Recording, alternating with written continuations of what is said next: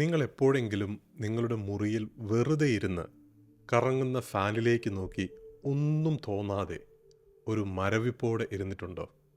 ഒന്നിനും ഒരു ഊർജമില്ല, ഒരാവേശവുമില്ല. എന്താണെന്ന് വിശദീകരിക്കാൻ കഴിയാത്ത ഒരുതരം ശൂന്യത ഉള്ളിൽ അനുഭവപ്പെടുന്നു. പുറമേ നിന്ന് നോക്കുമ്പോൾ നിങ്ങളുടെ ജീവിതം വളരെ നന്നായിട്ട് പോവുകയാണെന്ന് തോന്നുന്നു. പക്ഷേ ഉള്ളിൽ ഒരുതരം ശൂന്യത. നല്ല കുടുംബമുണ്ട്, ജോലിയുണ്ട്, വീടുണ്ട്. ഉള്ളിലൊരു അശാന്തത ഇങ്ങനെ നിലനിൽക്കുകയാണ്. എന്തോ ഒന്ന് നഷ്ടപ്പെട്ടതുപോലെ തോന്നുന്നു. ഇങ്ങനെ ഒരു അനുഭവത്തിലൂടെയാണ് നിങ്ങൾ കടന്നു പോകുന്നതെങ്കിൽ തീർച്ചയായും ഈ വീഡിയോ നിങ്ങൾക്കുള്ളതാണ്. ഞാൻ ഈയിടെ കേട്ട ഒരു കഥ നിങ്ങളോട് പറയാനായിട്ട് ആഗ്രഹിക്കുകയാണ്. എൻ്റെ മനസ്സിൽ വല്ലാതെ തങ്ങിയ ഒരു കഥയാണിത്. പാലക്കാടിനടുത്തുള്ള ഒരു ചെറിയ പട്ടണത്തിൽ താമസിക്കുന്ന ഹരികൃഷ്ണൻ എന്ന വ്യക്തിയുടെ കഥയാണിത്. അദ്ദേഹം ഒരു മാതൃക കുടുംബനാഥനായിരുന്നു. ഒരു സ്കൂൾ അധ്യാപകൻ, ശാന്തമായ സ്വഭാവമുള്ള ഒരു മനുഷ്യൻ, ഉത്തരവാദിത്വങ്ങൾ നന്നായി ചെയ്തിരുന്ന വ്യക്തി. അനിതയെ വിവാഹം കഴിച്ചു. പഠനത്തിൽ മിടുക്കരായ 2 കുട്ടികൾ. എന്നാൽ അദ്ദേഹത്തിൻ്റെ അച്ഛൻ്റെ മരണശേഷം ജീവിതത്തിൽ എന്തോ ഒന്ന് നഷ്ടപ്പെട്ടു എന്നൊരു തോന്നൽ അദ്ദേഹത്തിന് അനുഭവപ്പെടുകയാണ്. ജീവിതം പൂർണ്ണമായിട്ട് മാറിപ്പോകുന്നത് പോലെ. അച്ഛൻ അദ്ദേഹത്തിനൊരു രക്ഷിതാവ് മാത്രമായിരുന്നില്ല, അദ്ദേഹത്തിൻ്റെ ജീവിതത്തിൻ്റെ ഒരു നല്ല ഭാഗം കൂടിയായിരുന്നു. ഒരു നല്ല ഫ്രണ്ടായിരുന്നു അദ്ദേഹം.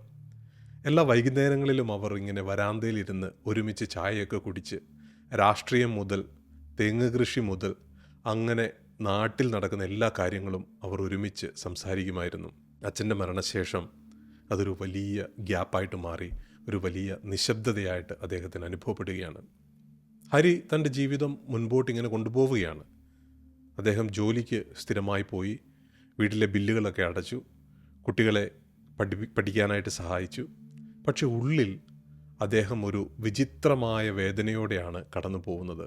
അത് അദ്ദേഹത്തിന് വിശദീകരിക്കാൻ കഴിഞ്ഞിരുന്നില്ല. ഒരുതരം അസ്വസ്ഥത. അതൊരു സങ്കടമായിരുന്നില്ല, ഒരു ദേഷ്യവുമായിരുന്നില്ല, ഒരുതരം ശൂന്യതയായിരുന്നു. അദ്ദേഹത്തിൻ്റെ ഭാര്യയായ അനിത അത് ശ്രദ്ധിച്ചു. അതിനെക്കുറിച്ച് അവർ ചോദ്യങ്ങൾ ചോദിച്ചു. നിങ്ങൾ എന്താ ഇങ്ങനെ എപ്പോഴും വിചാരിച്ചുകൊണ്ടിരിക്കുന്നത്? നിങ്ങളുടെ ഉള്ളിൽ നടക്കുന്ന കാര്യങ്ങളൊന്ന് പറയാൻ ശ്രമിക്കാമോ? പക്ഷേ ഹരി അവളെ ഇങ്ങനെ നോക്കി പറഞ്ഞു, ഒന്നുമില്ല, വെറുതെ ഒരു ക്ഷീണം. പക്ഷേ അനിത മനസ്സിലാക്കിയിരുന്നു, ഇത് വെറും ക്ഷീണമായിരുന്നില്ല, അത് ഒരുതരം ശൂന്യതയായിരുന്നു.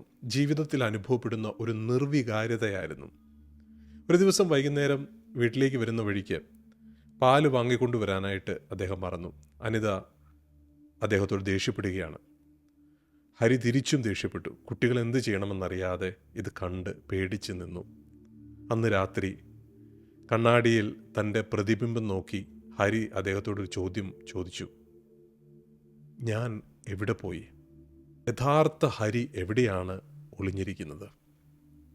ആ ചോദ്യം അദ്ദേഹത്തിൻ്റെ ജീവിതത്തെ പിന്നീട് മാറ്റിമറിക്കുകയാണ്. എൻ്റെ ജീവിതത്തിന് എന്താണ് കുഴപ്പം എന്നല്ല, അല്ലെങ്കിൽ ഞാൻ എന്തുകൊണ്ടിങ്ങനെ ആയിപ്പോയി എന്നുള്ള ചോദ്യമല്ല ചോദിച്ചത്. മറിച്ച് ഞാൻ എവിടെ പോയി എന്നുള്ള ചോദ്യമാണ് അദ്ദേഹം ചോദിച്ചത്. താൻ ചില റോളുകൾക്ക് വേണ്ടി ജീവിക്കുകയായിരുന്നുവെന്ന് അദ്ദേഹം പിന്നീട് തിരിച്ചറിയുകയാണ്. അച്ഛൻ എന്ന റോള്, ഭർത്താവ് എന്ന റോള്, അധ്യാപകൻ എന്ന റോള്. എന്നാൽ കഴിഞ്ഞ കുറച്ച് വർഷങ്ങളിലായി ഒരിക്കൽ പോലും ഒരു മനുഷ്യനായ ഹരിയുടെ ഉള്ളിലേക്കൊന്ന് എത്തി നോക്കാനായിട്ട് അദ്ദേഹത്തിന് കഴിഞ്ഞിരുന്നില്ല. അതുകൊണ്ട് പിറ്റേന്ന് രാവിലെ ഉണർന്നപ്പോൾ അദ്ദേഹം ഒരു കട്ടൻ ചായ ഉണ്ടാക്കി നിശബ്ദമായിട്ട് അല്പസമയം ഇരിക്കാൻ തീരുമാനിച്ചു. അദ്ദേഹം ഒരു നോട്ട് ബുക്ക് കയ്യിലെടുത്ത് അദ്ദേഹം ആ ചോദ്യം ഒന്ന് എഴുതി. എന്തായിരുന്നു എന്നെ ജീവസുറ്റ ഒരു ഹരിയാക്കി മാറ്റിയിരുന്നത്? അദ്ദേഹം ഇങ്ങനെ പല കാര്യങ്ങളും കുറിക്കാൻ തുടങ്ങിയപ്പോൾ അദ്ദേഹം പെട്ടെന്ന് ഓർത്തു, ചെറുപ്പത്തിൽ ഹരി കവിതകൾ എഴുതുമായിരുന്നു. കഴിഞ്ഞ 18 വർഷമായിട്ട് അദ്ദേഹം ഒരു വരി പോലും എഴുതിയിട്ടില്ല. തൻ്റെ ആ ഭാഗം നിലനിന്നിരുന്നു പോലും എന്ന് അദ്ദേഹത്തിന് ഓർക്കാൻ കഴിഞ്ഞിരുന്നില്ല. പക്ഷേ അന്ന് അദ്ദേഹം 2 വരികൾ എഴുതി. പിറ്റേന്ന് 3 എണ്ണം എഴുതി. താമസിയായ എല്ലാ ദിവസവും രാവിലെ അദ്ദേഹം എഴുന്നേറ്റ് ഒരു 15 മിനിറ്റെങ്കിലും ഇങ്ങനെ കവിതകൾ എഴുതാൻ വേണ്ടി മാറ്റിവെച്ചു. തനിക്കായി മാത്രമുള്ള അല്പസമയം. അങ്ങനെ പതുക്കെ അദ്ദേഹത്തിൻ്റെ ശൂന്യത ജീവിതത്തിൽ മാറാൻ തുടങ്ങി. ജീവിതം ഒറ്റ രാത്രി കൊണ്ടൊന്നും മാറി മറിഞ്ഞില്ല. എല്ലാം തികഞ്ഞതായിട്ടും മാറിയില്ല. പക്ഷേ അദ്ദേഹത്തിൻ്റെ ജീവിതത്തിൽ പതുക്കെ പതുക്കെ പതുക്കെ ആ യഥാർത്ഥ ഹരി പുറത്തേക്ക് വരാനായിട്ട് തുടങ്ങി. അദ്ദേഹം സ്വന്തം കണ്ണുകളിൽ അദൃശ്യനാകുന്നത് നിന്നു. വീണ്ടും വീണ്ടും അദ്ദേഹം പ്രത്യക്ഷപ്പെടാൻ തുടങ്ങി. മറ്റുള്ളവർക്ക് വേണ്ടി മാത്രമല്ല, തൻ്റെ ജീവിതത്തിനു വേണ്ടിയും തൻ്റെ ഇഷ്ടങ്ങൾക്ക് വേണ്ടിയും അദ്ദേഹം ജീവിക്കാനായിട്ട് ആരംഭിച്ചു. എന്നെ കേൾക്കുന്ന പ്രിയ സുഹൃത്തെ, ഒരു ചോദ്യം ഇതാണ്: ഇങ്ങനെ ജീവിതത്തിൽ ഒരു ശൂന്യത അനുഭവപ്പെടുന്നുണ്ടെങ്കിൽ അത് അലറി വിളിക്കുന്ന ഒരുതരം ശൂന്യതയല്ല, നിശബ്ദമായി പതുക്കെ ഇങ്ങനെ കത്തിപ്പടരുന്ന ഒന്നാണ്. അത് നിങ്ങൾ അനുഭവപ്പെടുന്നുണ്ടെങ്കിൽ ഓർക്കേണ്ട ഒരു കാര്യം, നിങ്ങൾക്ക് മാത്രമല്ല ഈ അനുഭവം ഉണ്ടാവുന്നത്. പല ആളുകളും ഇപ്രകാരമുള്ളൊരു ശൂന്യത അനുഭവിക്കുന്നതായിട്ട് കണക്കുകൾ നമുക്ക് കാണാനായിട്ട് സാധിക്കും. ഇങ്ങനത്തെ ഉള്ള ശൂന്യത മാറ്റാൻ വേണ്ടി നിങ്ങൾ ജോലി ഉപേക്ഷിക്കുകയോ അല്ലെങ്കിൽ ഹിമാലയത്തിലേക്ക് ഓടിപ്പോവുകയോ ചെയ്യേണ്ട കാര്യമില്ല.